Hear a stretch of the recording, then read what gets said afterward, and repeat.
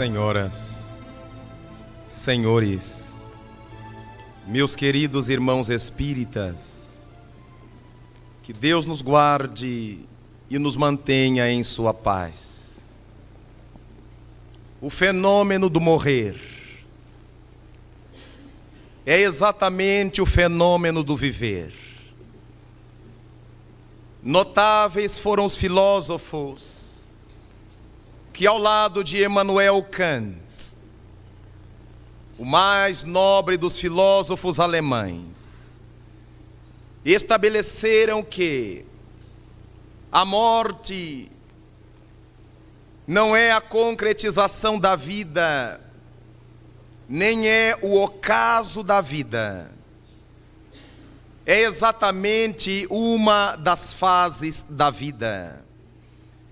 Exatamente porque só existe sentido em falarmos de vida, porque conhecemos a dimensão que se chama morte.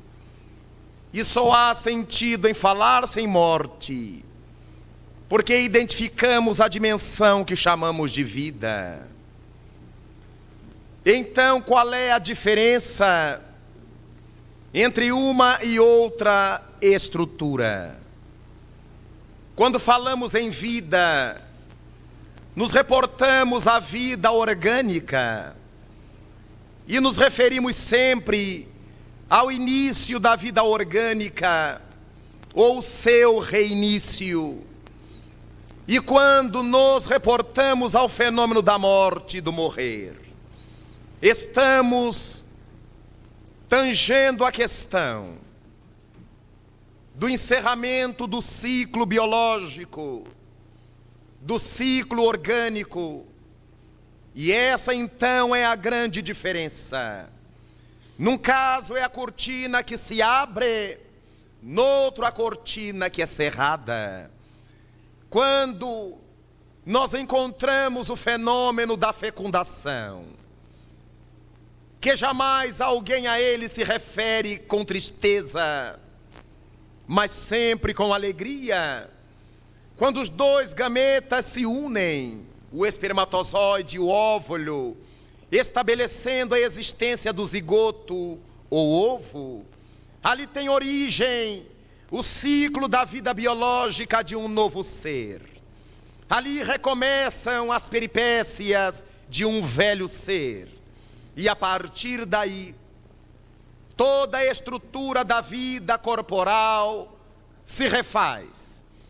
Porque ao longo de 9 meses lunares, aquele corpinho se desenvolve desde a célula ovo, estruturando os blastos variados, que darão origem aos sistemas importantes do corpo humano, até que nasce o corpo ao final desse período. O bebê, ao iniciar o processo de respiração no corpo, já que no ventre de sua mãe, biologicamente suas células, seu corpo já respirava, mas agora quando ele inala o oxigênio com os próprios pulmões e dá o seu primeiro vagido, e a família se exaspera de felicidade, e surgem os abraços, os cumprimentos, as saudações, é exatamente aí que a criatura que acaba de vir à luz começa a morrer. É exatamente nesse inspirar do oxigênio com os próprios pulmões que começam a queima e a desestruturação celular. É com esse esforço para manter a vida, enquanto o combustível novo que o oxigênio representa invade os pulmões, penetra a corrente sanguínea e passa a irrigar todo o cosmo corporal. Agora, para que isso se dê, é necessário que as células comecem a morrer por desgaste. Umas morrem, mas o corpinho está apenas iniciando. Outros tantos milhares se desenvolvem, estão acionados para esse mistério. A medula, o fígado, o baço, que nas suas retenções de ferro, na sua formação de hemácias, permite que o novo corpo desenvolva-se para chegar ao seu ápice. Vemos uma criança fanfarreando, e a mãe e o pai que dizem: vou colocá-la para dormir. E daqui a pouco os pais estão dormindo e a criança continua na festa. A mãe se pergunta: de onde tira tanta energia essa criança? É capaz de colocar-me a nocaute e continuar em plena exasperação das suas energias.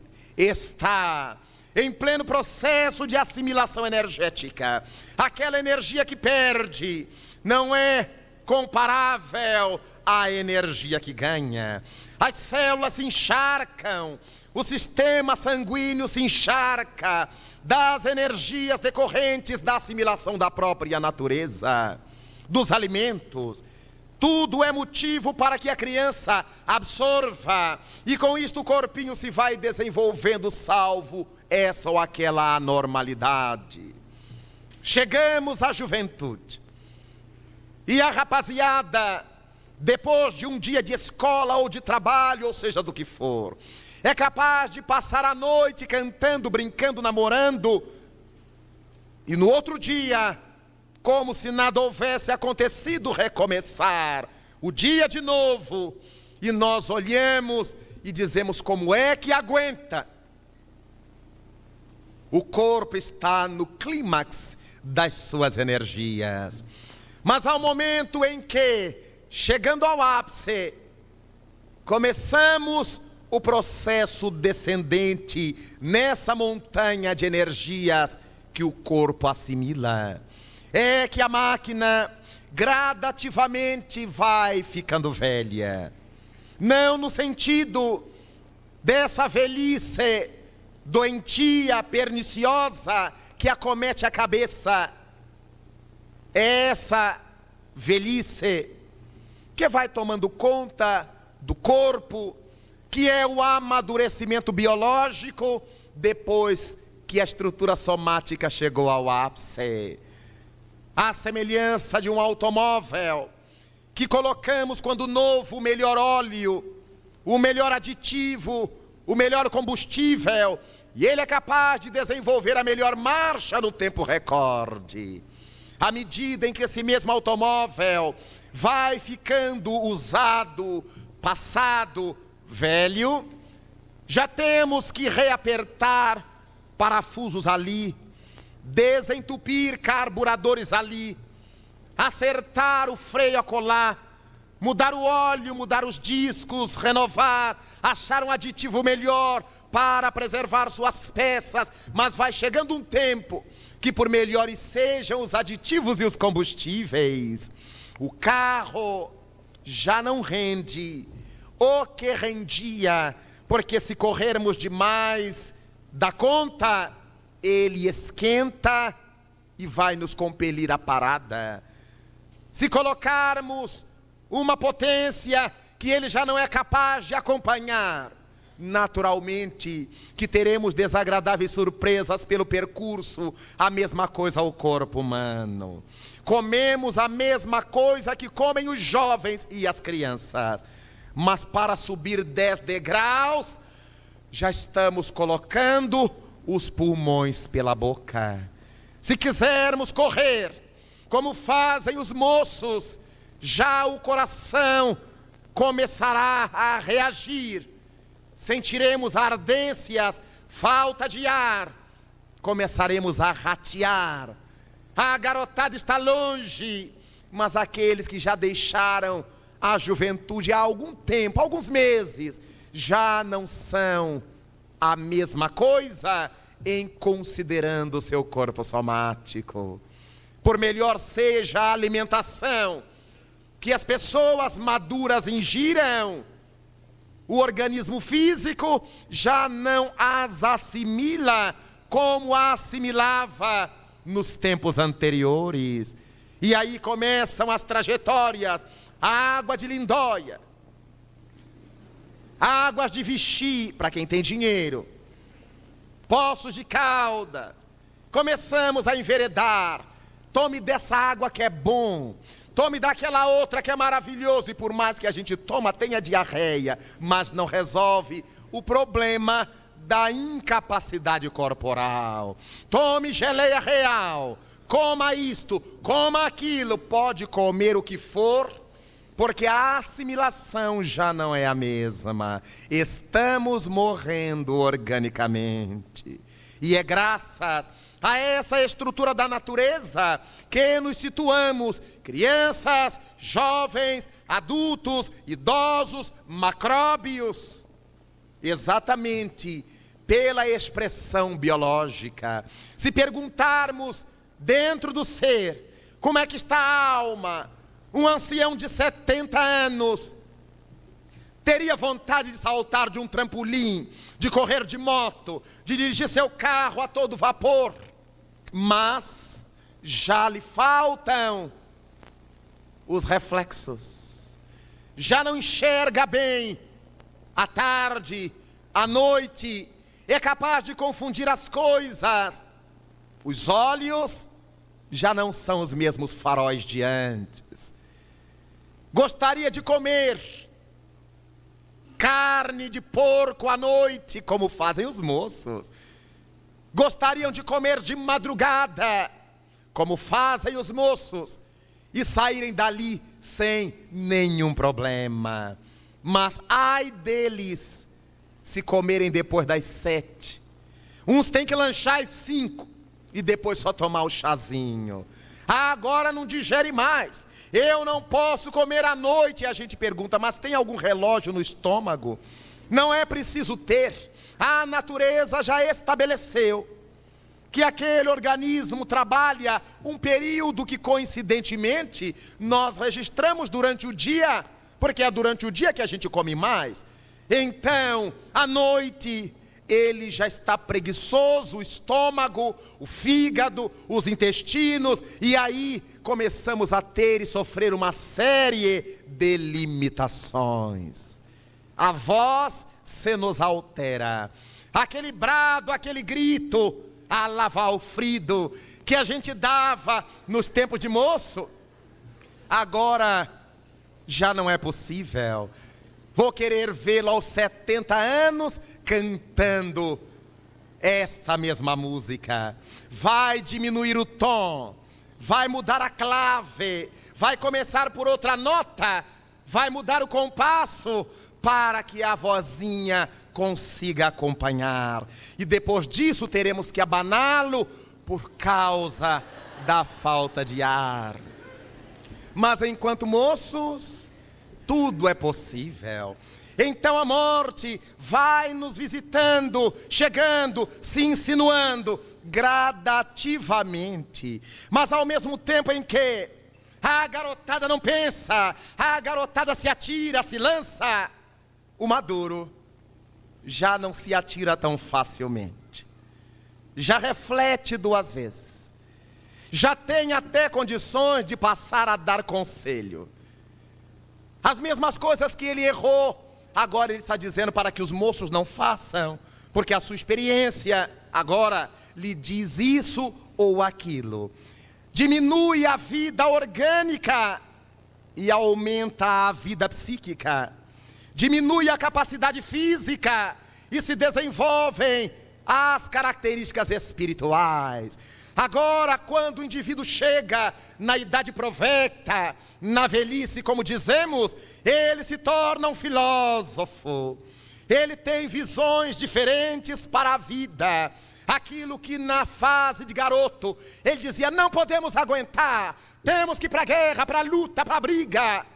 Ele agora diz, calma gente, Roma não foi feita num dia. Ele agora é todo filósofo, porque já viveu, já viu o que compensa, o que não compensa. Quando nasceu seu primeiro filho, em plena mocidade do corpo, era um menino que disse, senta aí, menino, senta. Por que, pai? Senta, eu estou mandando, senta. Aí depois de avô, o menino nem senta, sobe em cima dele. E aí, Quem o conheceu antes o é. Era tão enérgico com seus filhos e agora com os netos. E todo mundo diz que os netos são os pais que afrouxaram. Não é que afrouxaram, é que se deram conta de que não havia necessidade de tanta agressão, de tanta violência, de tanto grito. Eles podiam ter feito isso com seus próprios filhos, mas a inexperiência, o medo de errar, fizeram-nos verdadeiros guerreiros na condução dos filhos que passaram a ter-lhes medo. Então, nós percebemos a associação entre o morrer e o viver. À medida em que morremos para o corpo, vamos crescendo para a alma.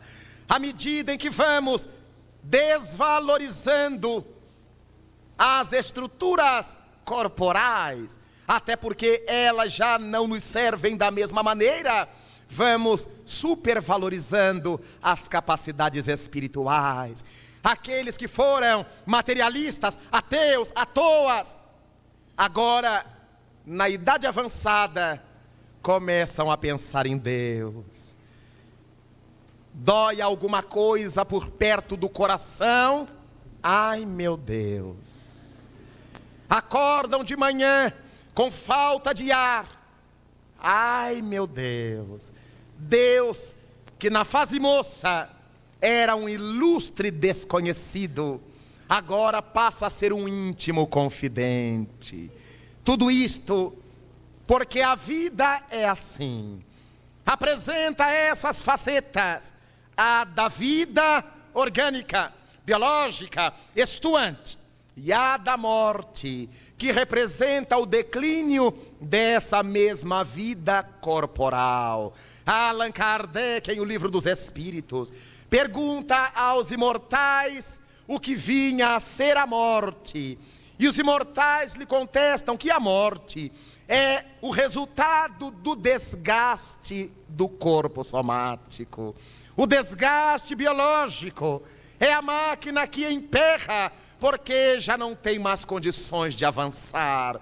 E aí o espírito, porque precisa avançar, é compelido a trocar de máquina. Esse lavrador que precisa prosseguir é compelido a trocar de ferramentas. E é a partir disto que nós pensamos que a morte é vida, ela que rasga os panos do corpo para fazer com que a alma passe a enxergar os horizontes da vida verdadeira. O que é vida então? O que é a morte então? Verso e reverso, ou anverso e verso de uma mesma moeda. Por isto, quando falamos em educação para a morte, nós bem podemos admitir que educar alguém para a morte é educar esse alguém para a vida. Tal a vida que levamos, tal a morte que teremos. Viver bem o indivíduo enquanto no auge das suas energias físicas significará morrer bem o indivíduo quando da debacle, da queda das suas energias físicas. Então morrer, lembra o filósofo, não é o término da vida, mas é uma das componentes da vida, é uma das dimensões da vida, porque só encontramos a morte por necessidade de viver. A morte só nos chega para que nós possamos continuar a viver, porque o corpo acabado, envelhecido ou extremamente desgastado por um processo de enfermidade, não nos permitiria viver propriamente. Nos permitiria vegetar, e vegetar na fase humana é altamente danoso para a constituição espiritual. Quando pensamos em educação para a morte, o nosso pensamento viaja para que encontremos na Magna Grécia a personalidade de Sócrates, de quem se fala tanta maravilha. Conta Platão, num dos diálogos ao qual se refere ao seu velho mestre, que quando estava nas vascas de ser levado a beber cicuta, um dos seus discípulos se aproxima e lhe pergunta: mestre, que lamentável, eles te vão matar e tu és inocente. Sócrates, lembra Platão, teria então sorrido e respondido ao seu discípulo honesto com uma pergunta: e você queria que eu fosse culpado? Mas no outro momento, num outro dia, um discípulo se aproxima para visitá-lo na prisão, poucos momentos antes de ele beber o veneno. E o discípulo, agora consciente de que seu mestre viajaria para o além, lhe pergunta: mestre, depois que entregares o corpo, onde quer que o sepultemos, onde tu queres que o ponhamos? Sócrates teria abraçado o amigo discípulo e lhe respondido: depois de minha morte, eu estarei longe daqui. Com o meu velho corpo, fazei o que for mais conveniente a vós. Atirai-o na correnteza de um rio, colocai-o à disposição dos animais, dos abutres, queimai-o, sepultai-o, fazei o que lhe seja mais fácil, porque eu já terei saído dessa gaiola para a outra dimensão da vida. Mas quando nos lembramos de Sócrates, vem à nossa mente outros momentos de morte e vida, de extrema felicidade. Quando nos recordamos de Bezerra de Menezes Cavalcante, naquele momento em que, no leito muito alvo e pobre, totalmente edemaciado o corpo, os olhos azuis do médico dos pobres contemplava a natureza espiritual em torno do seu leito. E dizem os benfeitores amigos, ele pressentiu a hora em que devia partir. Fechou os olhos, despediu-se da esposa em lágrima, dos filhos amados, dos poucos amigos que ali estavam àquela hora, naquele mês de abril de 1900. E quando expira no corpo pela última vez, como um balão cativo é arremessado da carcaça para o espaço, duas mãos níveas, duas mãos liriais se distendem para ele. Vem, Bezerra, atravessada a porta estreita, vem, porque o Senhor te espera. Educação para a morte. Como foi a vida de Sócrates? Todo um processo de educação para viver, para não ter necessidades, para superar as que tinha. A morte, para ele, não era uma complicação, era uma facilitação.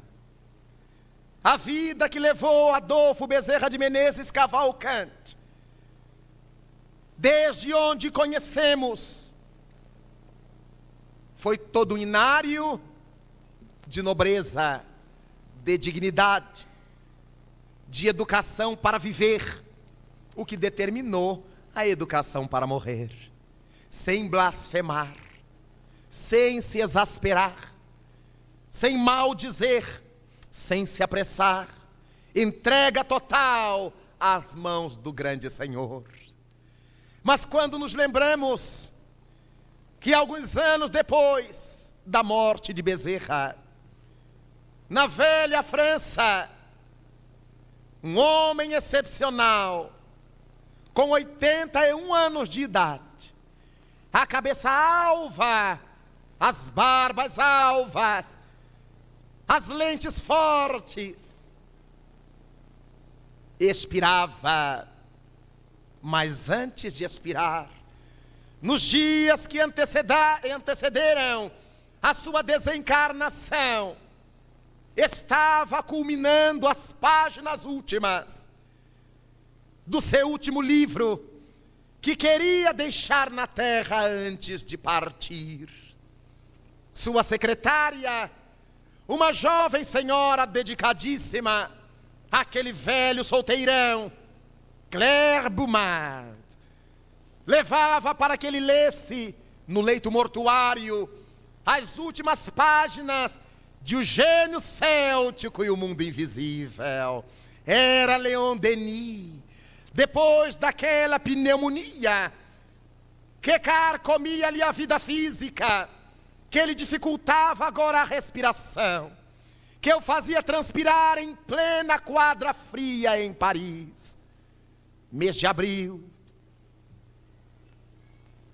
Agora chegara o momento em que ele dissera à secretária, a morte chegando e ele trabalhando: não te esqueças de enviar os originais aos editores. Não te esqueças de que no armário tal está tal material que deve ser ajuntado a esse que acabamos de revisar. Não te esqueças. Não te esqueças. Às 11 horas da manhã, ele estava frio e pálido, suarento, a respiração ofegante, o peito que arfava com dificuldade. Claire Beaumont, a secretária, há alguns amigos que o foram ver. Leon Denis segura pelas mãos a um deles, aperta e rompe as cadeias de cristal do corpo, mergulhando nessa dimensão espiritual, sem um gemido, sem nenhuma cena comprometedora para a sua vida inteira de dedicação. Tendo conhecido a doutrina espírita aos 18 anos de idade, tendo conhecido Allan Kardec com a mesma idade, foram 63 anos de dedicação total. Um dia, Leon Denis, caminhando por uma das estradas do seu país, já que era comerciante, viajante, encontra a alma que sensibilizou a sua, mas ela estava envolvida nos grupos do vício, na loucura do mundo, que não deu atenção sequer àquela criatura especial que estava ao seu lado. Mergulhada na loucura do mundo, Leon Denis passou e dedicou sua vida inteira à doutrina de Jesus, que o Espiritismo reproduz e amplia com suas cores especiais. Foi à guerra, voltou da guerra, criou o grupo espírita do Cisne, encontrou como seus guias espirituais a Jeanne d'Arc, a Jerônimo de Praga, ao Espírito Azul, a tantas outras entidades venerandas do mundo espiritual francês. E aos 81, havia deixado no mundo a sua folha de oratória, a sua folha de escritor, a sua folha de nobres serviços prestados à causa, sem desestímulo em nenhum momento, sem desânimo. Correspondente da Federação Espírita Brasileira, Leon Denis trabalhou para saber viver tendo condições de bem morrer. Mas quando viajamos tão longe, recordamos-nos do Mahatma Gandhi, depois do jejum, depois de uma vida inteira de lutas, de jejuns pela liberdade da Índia, após ter apanhado fisicamente, após ter sido trancafiado nas prisões abertas pelo Império Britânico, depois de haver visitado quase todos os 700 departamentos da Índia e conclamado o povo a uma ação civil para libertar o país, ele concluía, repitamos, seu último jejum. Estava frágil, mas queria falar ao seu povo em homenagem à paz que pregava e que vivia. Mas um amigo, delegado de polícia, que o hospedava em Delhi, lhe disse pela manhã: Mohandas, eu te vou acompanhar. Mohandas Gandhi sorriu agradecido. Mas o amigo começou a colocar no coldre o revólver. O que estás fazendo? Perguntou-lhe o Mahatma. Vou contigo, mas eu tenho que proteger-te. A Índia, Mohandas, está apinhada de fanáticos e certamente poderão atentar contra a tua vida, poderão matar-te. Ora, meu amigo, se eu estou dedicando esforços para pregar uma mensagem pela qual eu não tenha coragem de morrer, melhor seria que eu a abandonasse e fosse plantar hortaliças ou batatas, a estar simulando pelo mundo uma coisa na qual eu não creio. Se eu resolvi-me por pregar essa mensagem de liberdade e de paz, a mensagem da não violência, é porque eu não creio na violência. E se eu não morrer pelas mãos da violência, isso indicará que a minha tarefa não foi bem cumprida na terra, já que eu estou trabalhando pela não violência. Se queres acompanhar-me, terá que ser correndo risco. Diante do argumento que era a marca da vida do Mahatma, que fora a educação impressa em toda a sua vida, desde que passou a dedicar-se ao seu povo, acompanhou-o.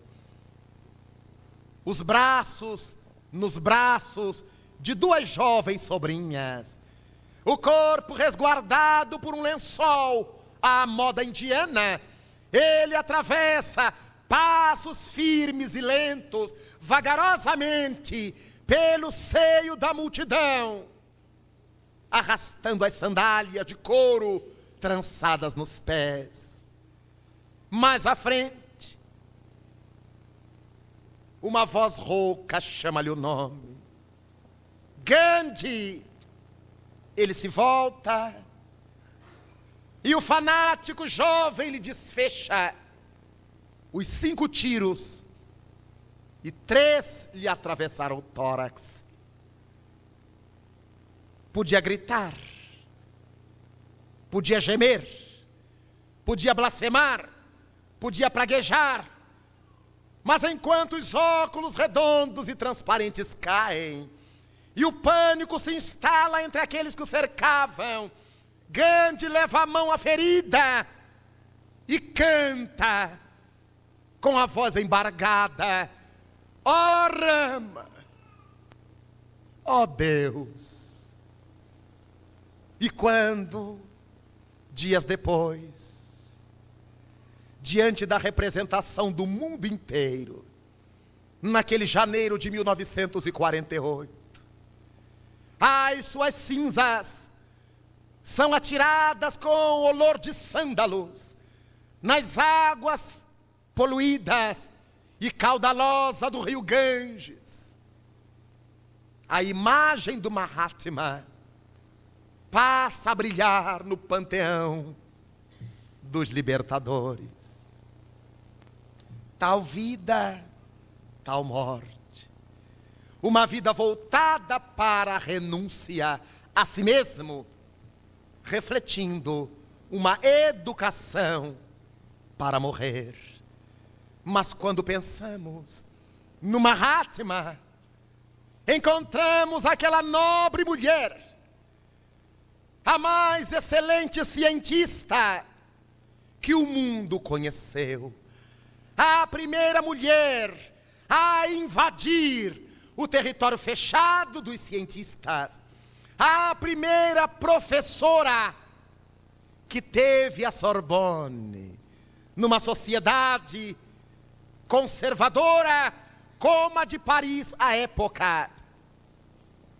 Madame Curie, a excelente Marie Sklodowska, que trabalhou as substâncias radiativas sem saber que o fossem, sem luvas, sem proteções, com as mãos limpas, e ao longo dos dias, casada, viúva, mãe de 2 filhas, cientista, dona de casa, professora, ela sentiu que uma estranha enfermidade tomava-lhe conta do corpo. Diagnosticada pelos médicos, seus colegas, ela estava assinalada pelo câncer. Um câncer violento, que tomou-lhe conta do sangue e que cadenciava vagarosamente a marcha da morte da mulher mais condecorada da ciência em toda a história da ciência na Terra.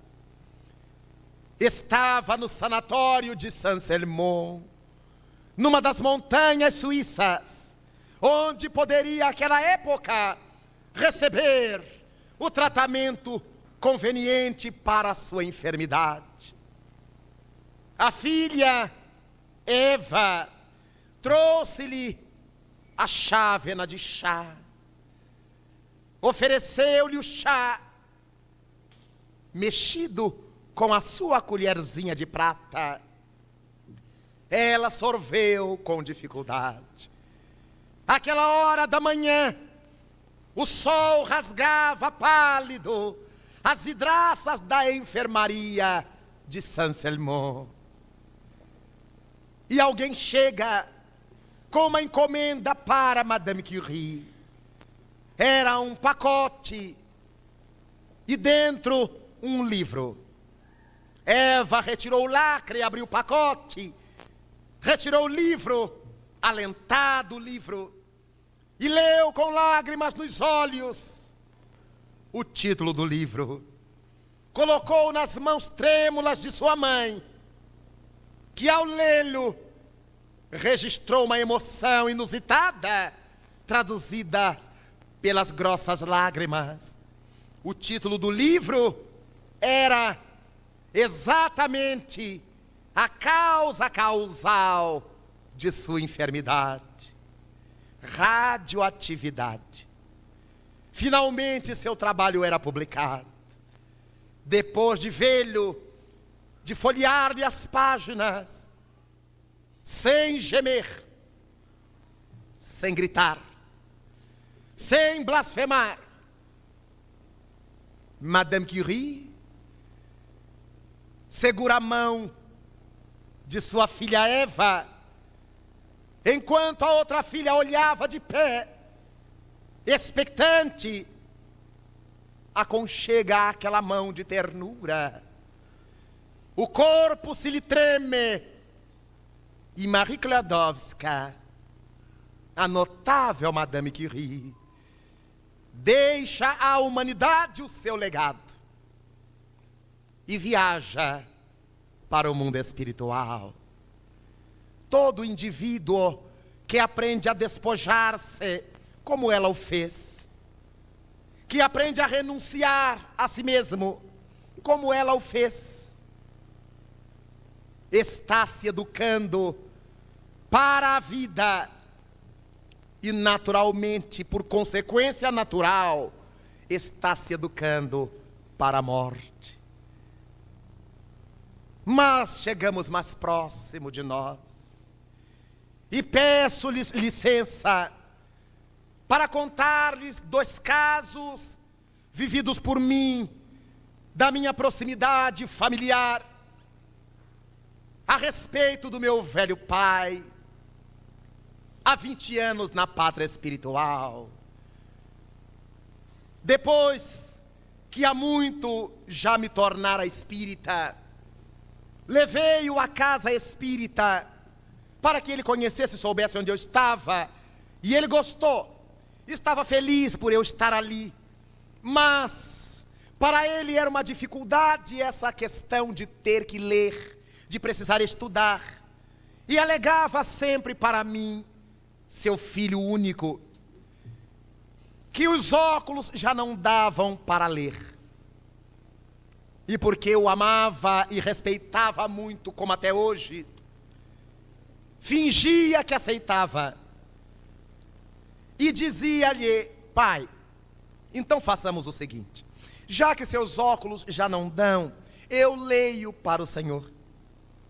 Não tinha escapatória, pai meu vai ter que saber. Eu leio para o Senhor.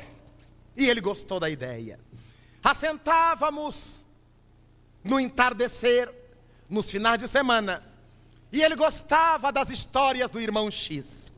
Eu as lia e com ele comentava. Eu li o Evangelho segundo o Espiritismo e comentava. E ele comentava. Lia as questões do Livro dos Espíritos. E dada a sua enfermidade de há longo tempo, a insuficiência cardíaca congestiva, o enfisema pulmonar que não tem cura, eu sabia que mais dia menos dia ele viajaria numa parada cardíaca qualquer para outra dimensão. Mas nesse ínterim, sua segunda esposa, minha madrasta, quis entrar para a igreja batista. E ele não sabia o que dizer-lhe, porque ela queria que ele a acompanhasse. E acordou-me uma manhã para conversar esta coisa gravíssima comigo, esperando que a minha reação fosse uma reação de aborrecimento. Mas porque já estava aprendendo a conhecer os corações, disse ao meu velho pai: que maravilha, vai com ela, vai ser bom para ela, vai ser bom para o Senhor, vai ser bom, enfim. Porque eu sabia que diante da pressão do pastor, ele ia ler até bula de remédio. E eu queria que ele conhecesse um pouco mais as coisas de Jesus. E de fato, a minha profecia se cumpriu. Aqueles mesmos óculos que ele não podia ler livro espírita com letra desse tamanho, ele lia a Bíblia. E comentava, e gostava. E eu dizia: pai, está tudo muito bom, mas fixe-se no Novo Testamento. Nosso compromisso não é mais com os profetas de Israel, é com Jesus de Nazaré. E ele lia o Evangelho, tinha textos de memória, tinha uma boa memória, meu velho pai. E naquela conjuntura eu pensei: será que ele vai querer que eu continue lendo os livros espíritas? E fiquei esperando. Numa tarde em que costumava fazê-lo depois da sua conversão, eu sentei-me à soleira da porta e comecei a conversar com ele sobre outras coisas. E ele disse: hoje você não vai ler para mim? Eu: que maravilha. Corri ao interior da casa, busquei os livros e continuei. Enquanto ele foi batista e foi até desencarnar, eu lia, comentava o Evangelho. E ele gostava tanto que na sua igreja ele fazia os mesmos comentários que eu, dos textos do Evangelho do Novo Testamento. Mas porque eu tinha o cuidado de não usar os jargões espíritas, sim as ideias, ele também não usava os jargões. E o pastor dizia: seu Raul é um inspirado do Espírito Santo. Porque ele diz coisas maravilhosas. E ele me contava, o pastor só não sabia que o Espírito Santo dele tinha olhos amarelos. Mas foi assim, até o momento em que, depois de haver dado 25 entradas no hospital em 2 meses, porque as enfermeiras já o amavam, os médicos o tinham como alguém da família, o hospital próximo de casa, levávamos-lo, trazíamos-lo, tão logo melhorava, o médico dizia, não o deixa aqui, se ele melhorou, leve para casa. 25 entradas, chegou o dia em que ele não mais poderia sair. O coração hiperfragilizado, a dispneia cada vez mais forte. Eu estava ao seu lado, numa tarde quente, e ele me perguntou, meu filho, por que é que eu estou vendo 4 pernas? E eu dizia ali, papai, é porque o Senhor já está se desprendendo. O Senhor está vendo as 2 pernas do corpo e as 2 pernas do corpo espiritual. Lembra-se de Paulo, quando ele diz que no mundo vivemos no corpo corruptível e entraremos na vida espiritual com o corpo incorruptível? Lembro-me, meu filho. Pois bem, esse segundo corpo que o Senhor está vendo, essas pernas que flutuam acima das outras, fazem parte do corpo incorruptível. É, meu filho. Sim, papai.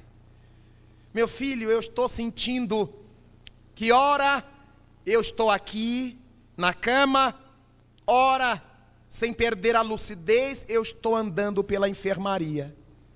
O Senhor já está se desprendendo, papai. E isto é que é morrer? Eu digo, isto é que é viver. Perceba que o Senhor está lúcido registrando tudo. Então eu estou tranquilo, meu filho. Digo, que bom. Espere, porque logo mais o Senhor vai ver mamãe. Minha mãe desencarnara muito antes dele. Quando o Senhor a vir, tenha certeza de que já está na vida espiritual.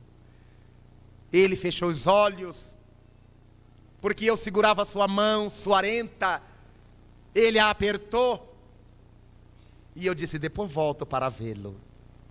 Voltei, e ele já havia partido.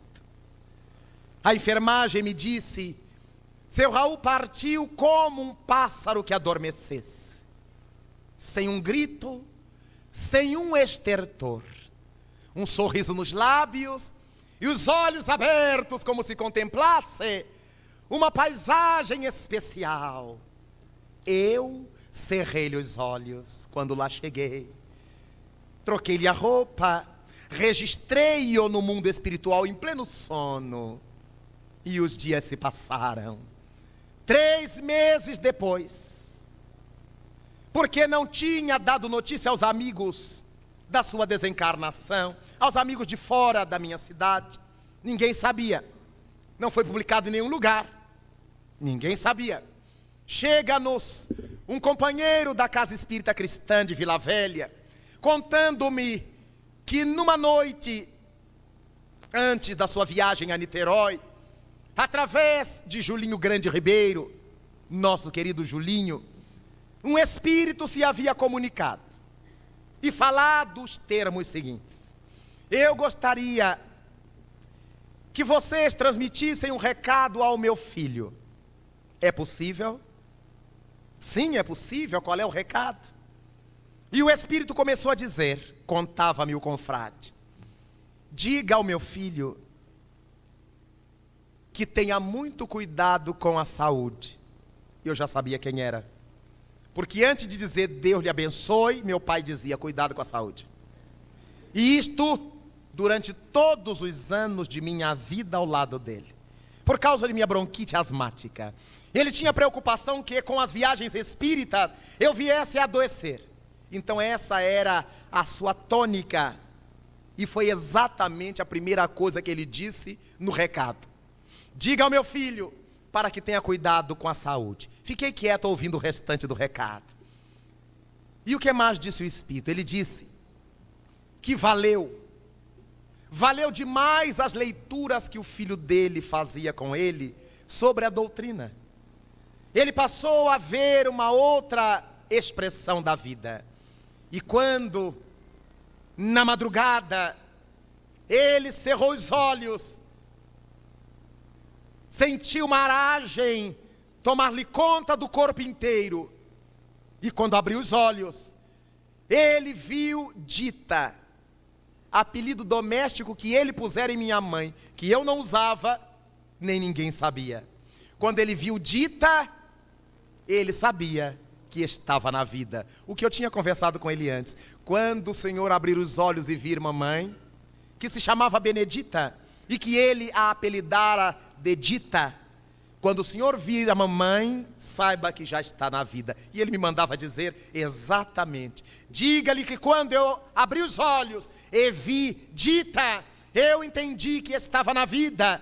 E disse-me outras coisas nesse recado, mas o Espírito se despedia e os amigos se lembraram que ele não disse para quem era o recado. Escuta, meu irmão, nós estamos dispostos a transmitir o seu recado, mas precisamos saber quem é esse filho seu.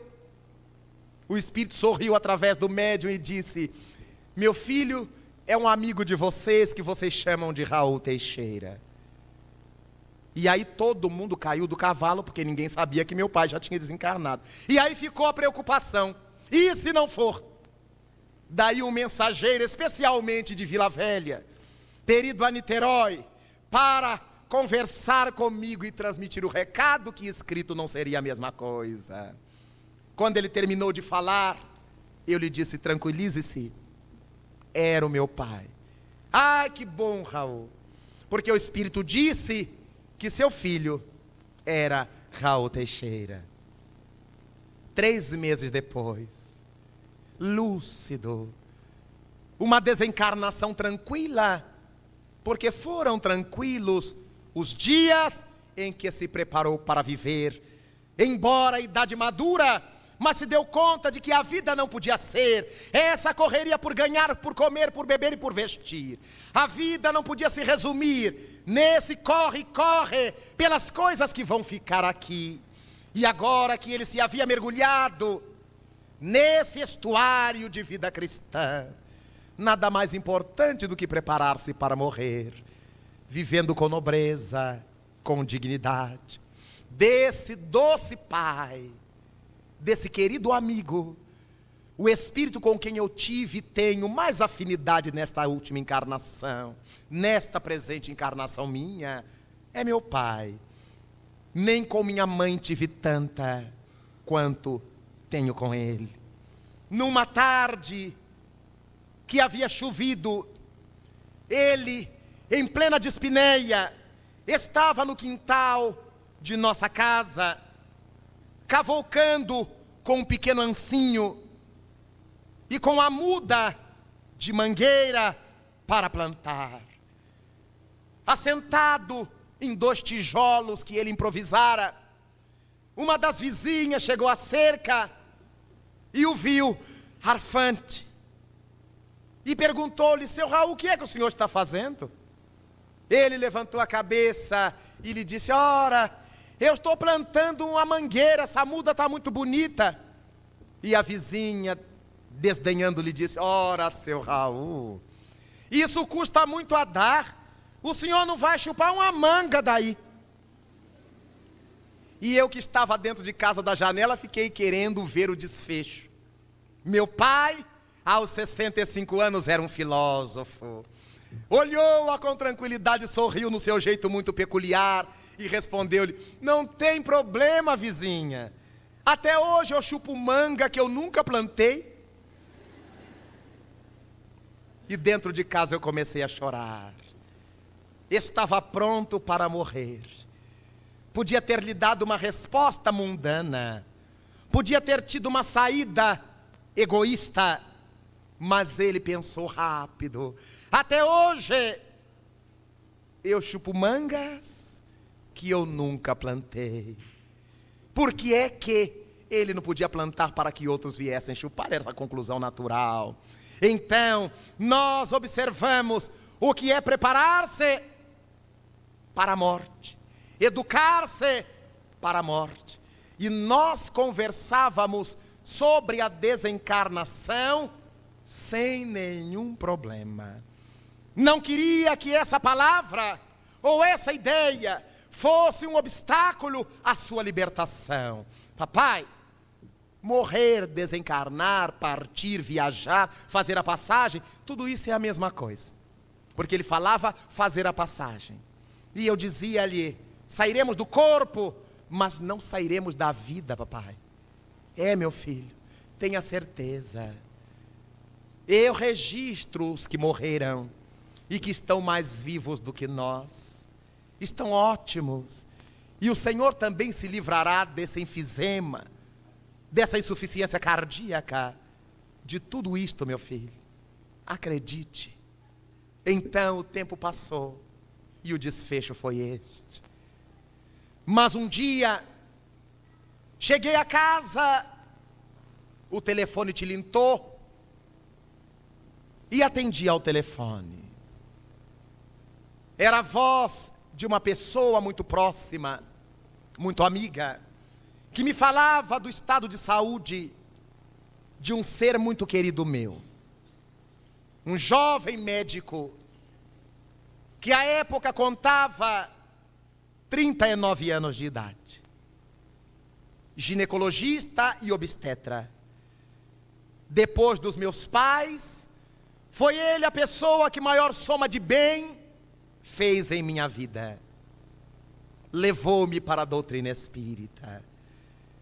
Pela primeira vez ouvi falar de Jesus pela interpretação espírita, levado por este amigo.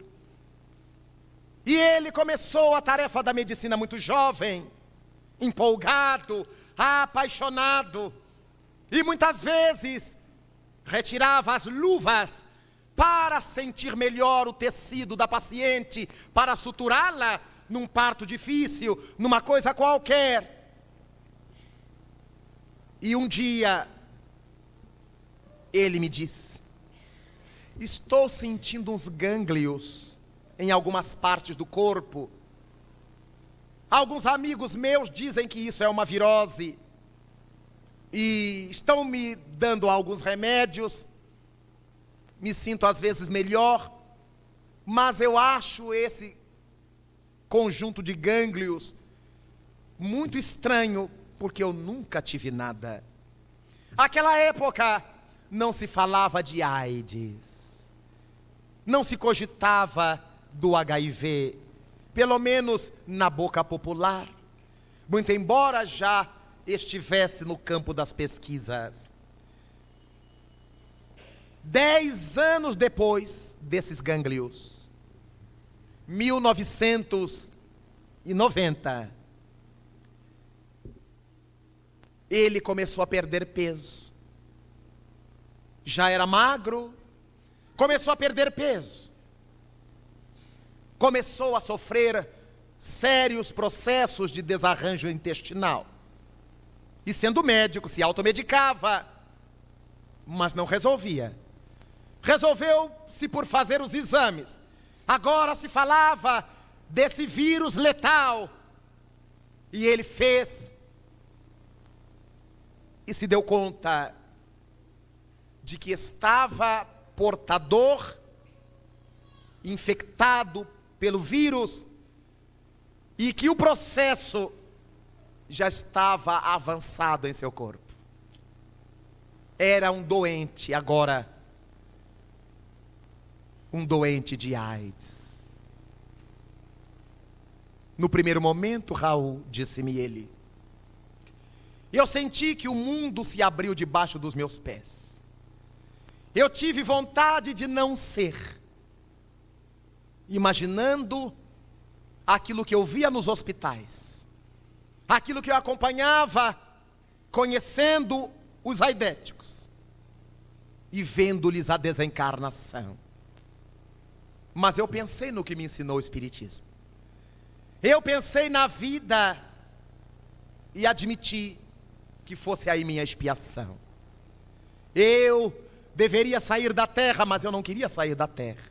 Aliás, Raul, eu não quero morrer. Eu gostaria tanto que você viesse aqui me ver. E diariamente visitava-o na hora em que podia, para dialogar com o meu grande benfeitor. Beijava-lhe as mãos, beijava-lhe a face, acarinhava-lhe os cabelos. Ele que me dera as portas da vida espiritual, para que eu conhecesse essa doutrina. Agora eu pedi aos bons espíritos que me permitissem estar com ele até a porta da vida espiritual definitiva. Era uma sexta-feira e eu deveria viajar no sábado. Novamente me chama o telefone e sua mãezinha me diz: venha para cá, porque José Luiz, este era o seu nome, não deve passar de hoje. Banhei-me, arrumei-me, fui para lá. A família sentada na sala, e no quarto onde ele estava no leito, na penumbra, uma irmã, a mãe à cabeceira, sem ver-lhe o rosto, assentado um pouco atrás dele, ele num travesseiro alto. Eu assentei-me na cama, tomei sua mão, onde o soro penetrava, e orei. Uma das emoções mais difíceis de se sentir quando se despede de uma pessoa querida, ainda que com toda a certeza de que a vida prossegue. Eu a tinha como a tenho, a vida prossegue. Segurei-lhe as mãos, orei, e quando senti-me em condições, ia levantar-me para aplicar-lhe um passe, quando o Espírito Camilo, nosso benfeitor, me disse: não é preciso, meu filho. Antes da meia-noite, nós o vamos desprender. Olhei o relógio digital na cabeceira. Eram 11h31. Eu nunca havia estado tão perto da morte. Se os espíritos diziam que antes da meia-noite iriam retirá-lo, podia ser dali a 5, 10, 15, 20 minutos, mas não passaria mais de 30 minutos. Olhei sua mãe, que nunca fora espírita e não é, embora simpatize, embora goste, dedilhava silenciosamente seu terço, num carinho profundo de mãe. A marca da dor estampada no seu rosto. A irmã de testa afundada nas mãos, assentada no sofá, devia estar orando pelo irmão, imagino. Mas aquele era o momento de solilóquio. Eu viajei a meditar, vi-me naquela tarde distante de 8 de abril, e ele saltitante, adolescente, até que enfim que você veio, entramos, a evangelizadora, na metade dos estudos, passou-me a palavra, pela minha timidez, pelo meu silêncio, ele que me apresentou aos colegas, e desde ali, eu me tornei espírita. Viajávamos juntos, porque começamos a viajar, com um grupo de jovens, para lá e para cá, fundando mocidades, incentivando grupos jovens. Lembrava-me de tudo aquilo até aquele momento.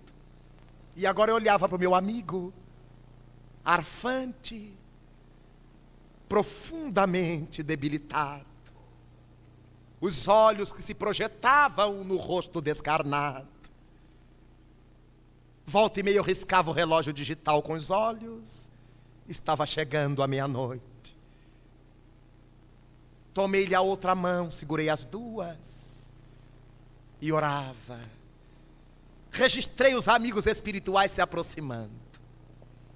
Sua tia querida, desencarnada, tia Nair, que o levara para a doutrina espírita, irmã de sua mãe, ali estava, postou-se à sua cabeceira, como um anjo amigo, que eu esperasse para agasalhá-lo num abraço. 5 minutos para meia-noite. Eu registrei E ele abriu os olhos. E eu lhe disse: saiba, querido, que eu o amo muito. Depois dos meus pais, você foi a pessoa que maior soma de bem trouxe à minha vida. Deus o abençoe. Viaje em paz. Ele abriu desmesuradamente os olhos. Sua mãe olhou-me, porque eu falei em voz alta. Viaje em paz. Estertorou e com um sorriso nos lábios viajou. A tia recebe-lhe o corpo que balançava como um balão de gás, o corpo perispiritual. Ele, sem entender muito o que estava acontecendo, agasalhado por ela, recostou-lhe no ombro, aconchegou-se e adormeceu. Levantei-me, deixei aquelas mãos quentes e disse à sua mãezinha, quem eu chamava de mãe: mãezinha, nosso doutor acaba de viajar. A irmã que escutou chamou os irmãos. Vieram e eu disse-lhes: silêncio, por favor. Vamos orar. E porque todos são católicos, deram-se as mãos e oramos. Aquela presença espiritual ainda estava ali no ambiente.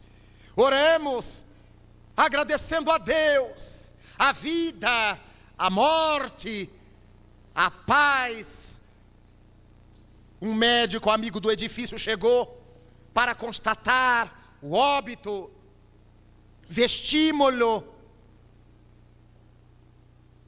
Despedi-me de todos, porque na manhã seguinte deveria viajar. O que eu pedir aos espíritos bons, eles me haviam concedido. Eu queria estar com meu amigo querido no seu último instante no corpo. E ele viajou. Naqueles últimos dias, ele já não dizia que não queria morrer. Ele já não falava que queria ficar. Entregou-se completamente às mãos do Senhor. Gostava do passe que o tranquilizava. Gostava da nossa presença, que era uma presença espírita e que lhe dava confiança. E nesses anos em que se acha no além, preparando-se para o retorno, a sua expressão é de paz, é de tranquilidade.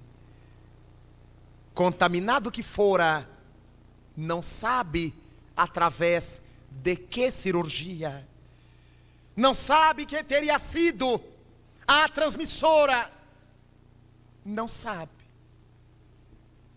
No além, possivelmente, sabe-lo-á.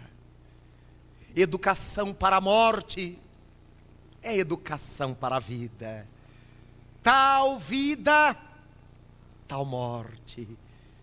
Por isto, quando nós pensamos na morte como a negra tenebrosa, de machado na mão, de foice na outra, uma caveira esquelética representando o fim, a morte não passa de um anjo pacífico, loiro de cabelos dourados, trazendo um punhado de açucenas, para que com seu olor nos desprendamos do corpo para mergulhar na vida. Tal vida, tal morte. Um dia, aquele homem com 44 anos de idade, debilitado por um terrível processo de enfermidade, magro ao extremo, cego dos 2 olhos, que haviam sido cauterizados para evitar o prolongamento de uma cruel enfermidade que lhe tomava conta dos olhos. Na tarde de outono, ele estava com um ancinho roçando o seu jardim. O seu mais querido amigo, que chegara ao casebre, percebeu-lhe a ausência, rodopiou o quintal e viu-o no jardim florido, eliminando as ervas daninhas e os restolhos desnecessários. Era Frei Leão, que olhava agora o paizinho seráfico, Francisco de Assis, cego e enfermo, carpindo o seu jardim. Frei Leão se comoveu, porque o suor escorria por aquela face magra e por aquela cabeça cujos cabelos tonsurados falavam de sofrimento na grisalhez que o caracterizava. Frei Leão recostou-se à parede, à quina da casa, enquanto o sol bruxuleante do entardecer beijava Francisco, e perguntou-lhe: paizinho, paizinho? E Francisco deteve-se para procurar de onde vinha a voz. Olá, frater, paizinho. Vejo-te trabalhando com tanta dedicação. E eu te quero perguntar, paizinho, se hoje tu soubesses que irias morrer, se soubesses que a morte hoje te iria chegar, o que é que tu farias? Francisco sorriu. Naquele sorriso da face magra, apoiou o cotovelo ao cabo do ancinho e enxugou o rosto com a outra mão espalmada e respondeu-lhe: ora, frater, se hoje eu soubesse que iria morrer, eu continuaria carpindo o meu jardim. E o diálogo marcou época. A resposta profunda, porque ele sempre viveu realizando as coisas nobres, as coisas dignificantes. E quem realiza coisas nobres não precisa parar de fazer o que faz quando sabe que a morte vai chegar. Na maioria de nós, quando alguém diz assim: se você souber que vai morrer daqui a tantos dias, eu vou aproveitar, vou comer, vou beber, vou namorar, vou pintar e bordar, para estar perturbado no mundo espiritual. É indicativo de que o que estávamos fazendo não prestava para a vida, tanto que nós vamos largar para fazer as outras coisas. Mas quem está trabalhando no bem e pelo bem, continuará, caso a morte chegue, fazendo a mesma coisa. Aquilo de que nós não tenhamos razão de nos envergonhar na vida, também não nos envergonharemos na morte. Paizinho, ó frater, eu continuaria carpindo o meu jardim. E naquele 4 de outubro de 1226, na madrugada, envolvida pelo vento frio da noite, os amigos cantavam em torno do catre pobre, semeando sobre seu corpo hirto as pétalas de rosas vermelhas, as rosas vermelhas que ele carpira, limpara, protegera durante tanto tempo nos jardins. Francesco, o doce poverello, o doce cantador de Deus, rompia as cadeias de sombra do corpo para mergulhar nessa madrugada ridente da vida espiritual. Educação para a morte, educação para a vida. Como começamos a morrer no instante em que renascemos, o processo de educação para a morte começa no processo de educação para a vida. Ensinar dignidade, respeito a si mesmo, respeito ao semelhante, amor ao trabalho, amor à natureza, respeito à criança, ao jovem, ao velho, a tudo quanto respira, a tudo quanto vive, amor ao nosso planeta, dignidade, honestidade, despojamento. Tudo isso que vamos ou devíamos ir ensinando às crianças, aos jovens, aos adultos, isto mesmo deveremos assimilar, para que a educação, durante toda a vida, marque o momento do nosso trespasse. Cada um de nós, cada vez que inspira e que expira, está morrendo um pouco. Mas a visão do Espírito, para nós se vai ampliando. Porque morrer é viver em nova dimensão. Nesta tarde, pensando em tudo isto, por que não pensar em valorizar o corpo? Como propõe o Espírito da Verdade no Evangelho segundo o Espiritismo. Cuidar do corpo e do espírito. Porque o espírito tem que evoluir. Mas o corpo é seu material didático na escola da terra. É sua massa plástica. É seu material de instrução. É seu veículo de progresso. Por que não fazê-lo? Enquanto constatamos a nossa pobreza espiritual, as nossas mazelas interiores, e mergulhamos nesse pantano de desesperos, de complexos de culpa, Jesus Cristo nos propõe outra coisa. Aquele que tomou do arado da charrua, não olhe para trás. O que fizemos já está feito. O importante é o que nós temos por fazer à frente. Hoje é o que está garantido. O amanhã é uma incógnita. Por isto, a cada dia já basta o seu mal. Não temos que sofrer pelo dia de amanhã. Vivamos hoje, realizando hoje tudo quanto nos seja possível, sem que isso determine a falta de cuidados com a necessária previdência, mas não apego por causa do amanhã. Hoje é o melhor dia que temos, porque hoje está em nossas mãos. O ontem já passou e o amanhã só Deus o sabe. Ninguém poderá garantir se hoje ainda esse doce anjo da morte nos traga as narinas esse olor de açucenas e inebriados viajemos.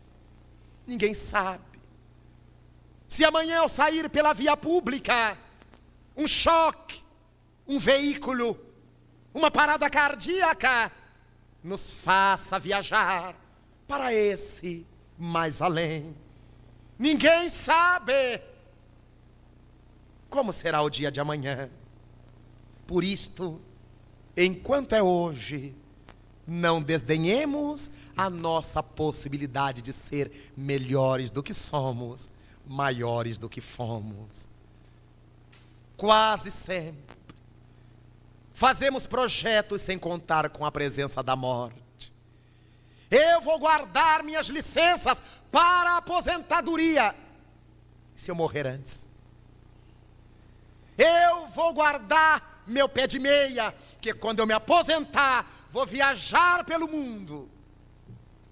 Não se está pensando no morrer.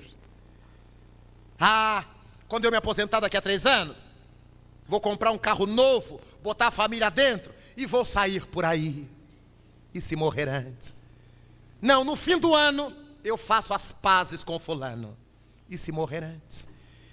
No fim do ano eu vou fazer aquela compra, eu vou mudar de casa.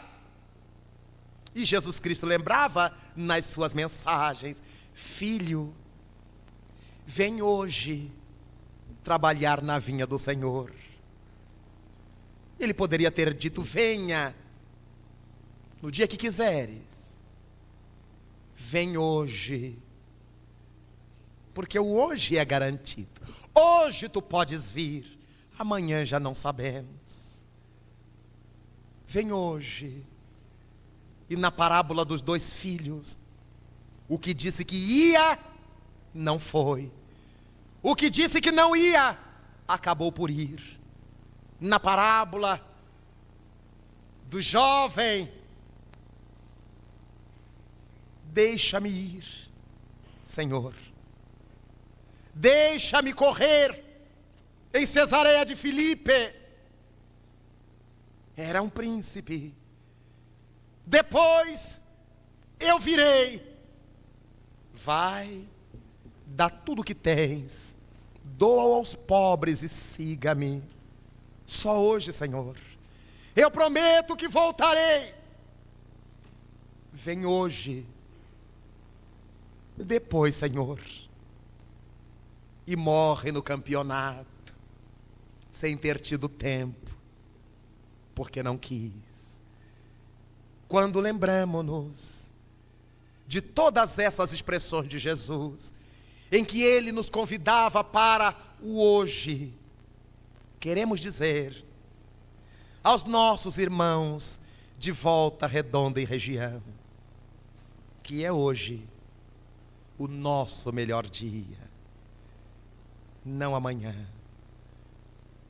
Por isto, pensando nesse processo de educação, que não é mórbido, que não é escuro, nesse processo de educação, que deveria nos acompanhar a vida inteira, para desmistificarmos a morte e entronizarmos a vida em nossas concepções filosóficas.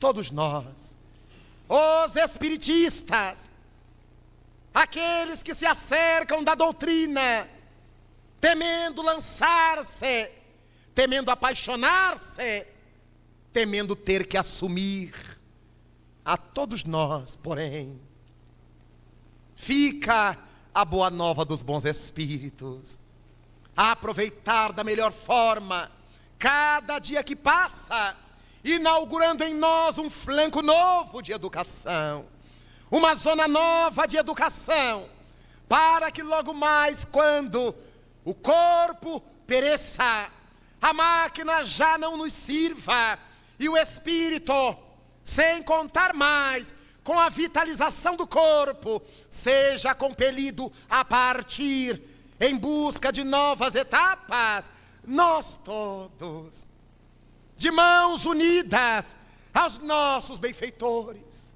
aos nossos anjos guardiães, aos amigos familiares que nos aguardarão, possamos cantar a nossa loa, a nossa cantiga de gratidão ao Senhor.